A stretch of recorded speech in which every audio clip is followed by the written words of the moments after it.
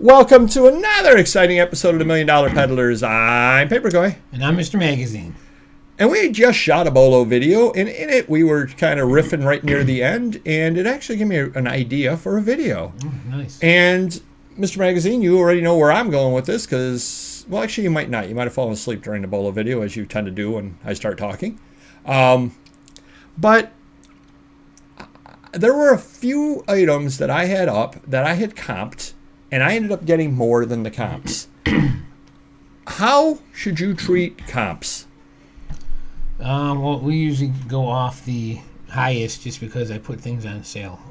And then I take offers, so I don't want to go off a mid-comp. But obviously you're doing better descriptions, more pictures, and probably your competition who's asking less, so they're going to see more information from you and maybe pay more for that reason. Well, let me back up one quick second. When I say comps, where are you comping from? Usually if it's not unique, if it's a common item, we'll just do eBay past 60 days. If it's something that's unique and maybe not one of a kind but a rare item, then we'll go to Therapy because we'll have more, hopefully more sold in 2 or 3 years than 2 or 3 months. Okay. But generally speaking, eBay. It's eBay because we're going to sell it on eBay, so we want to get an idea of what it's going to sell for on eBay. There's no point in going to Amazon or anywhere else because if it's something we're going to sell on Amazon, we would comp it on Amazon. That's interesting. I do my comps a little bit differently. Obviously, Terapeak is the first place that I do look. Now, if I'm selling something on Amazon that's sold out on Amazon, if there are none available on Amazon, what do you do in that case? So we go on eBay and see what the comps are there, and then we'll just raise the price a little bit because we got Amazon on sale as well. So we want to keep it the same as eBay high comps or even a little higher with the sale. Okay. And what do you do if it's not on eBay? As far as you're going to list it and it's not on eBay, what do you do? I mean, then we tell the listers to check Google and see what comes up for Google. And then I can come in and say, hey, I paid this much. Let's throw this out there. I'm happy if it sells for this, regardless if it's worth for more or less or whatever. But we try and get the employees to stay away from Therapy. What was happening is they were getting so lost in it. It was taking them long to find like an exact item if they weren't searching properly on Therapy. So we just said if it's something, it's a graded comic or a sports card or anything that's a record, anything that's kind of common on eBay, just go back, 30, 60 days. Because then you're going to see a recent price too where you go on Therapy, you might see one and it could be from 2 years ago and the price has changed, gone up or down, where you might not see the most recent comp on there or somehow it gets lost in the mix. Do they also check current listed? It's a good question. I would have to ask. I would think they may, but I don't know. But I'm certainly could ask them. They probably do a search. I think they might do a search current and then go to completed after that. But now I'm going to ask and find out. Yeah, because bottom line, comps aren't the gospel. They're a guide. And I think that's really, really important to remember because I think too many people get all caught up in what something is quote unquote worth. And a lot of times the buyers are like that as well. Well, this goes for $12. Okay, there are none available right now for $12. And sometimes if you're able to look it up, like, well, yeah, look at the condition of that one and look at the condition of mine. Oddly, when a buyer tells you something went for $12, he cherry picks the lowest selling one. Yeah. He doesn't tell you about the one that went for $25 and the one that went for $35. Right. He doesn't tell you the one that went for $12. Basically looks like it went through a fire and then was run over by the fire truck on the way leaving, and then got water damage. Yeah. He forgets to tell you all of that. He goes, "Oh, it went for $12." Well, yeah, that particular copy did. Sure. But too many people, I think, get caught up in it, and they also see on there that, well, it's listed, one sold for $25, so it's worth $25. No, that's a potential price for it. That's a sale for it, but there are none left on eBay. Right. You do a quick search, you can't find any on Google. They're not on Etsy. They're not common items. Mm-hmm.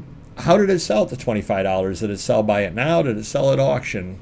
Yeah. what was the listing like on a $25? Because I've seen some listings before where the guy will just say, you know, Newsweek magazine, June 18th, 1964, and then list what's on the cover. Sure. Well, that's great, except I just went inside and found something there about Marilyn Monroe inside that he didn't mention. Right. Or about Audrey Hepburn, or about, hey, wait a minute, I just found some good keywords. Yeah. That guy got $25 out of it with a poor listing. Sure, yeah, exactly. No, they're none available, and it's got Audrey Hepburn and Marilyn Monroe in it. It's a $50 magazine. It's not a $25 magazine.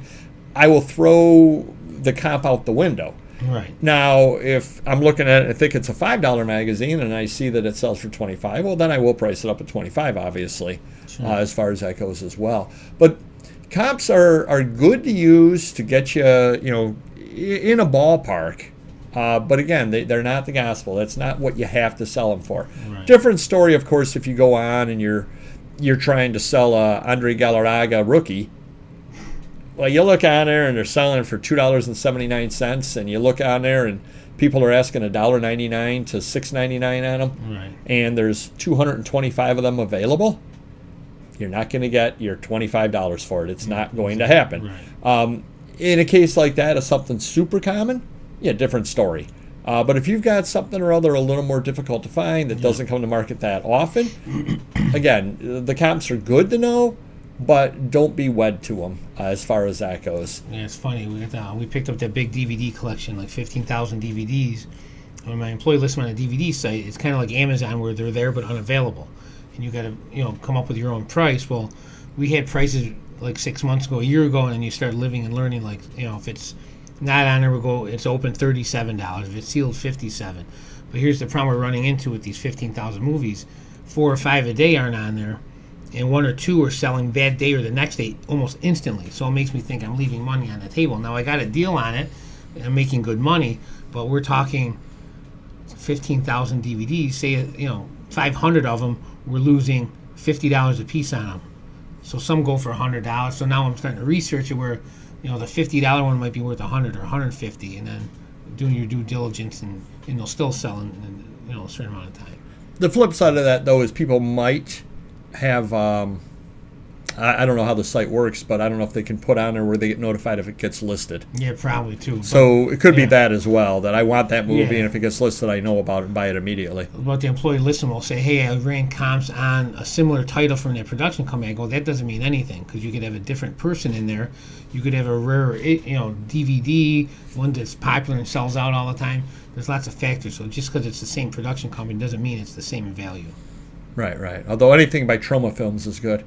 Hopefully that helps you a little bit. What also would be good is if you hit the like button, and we will see you next video. Thank you. Bye-bye.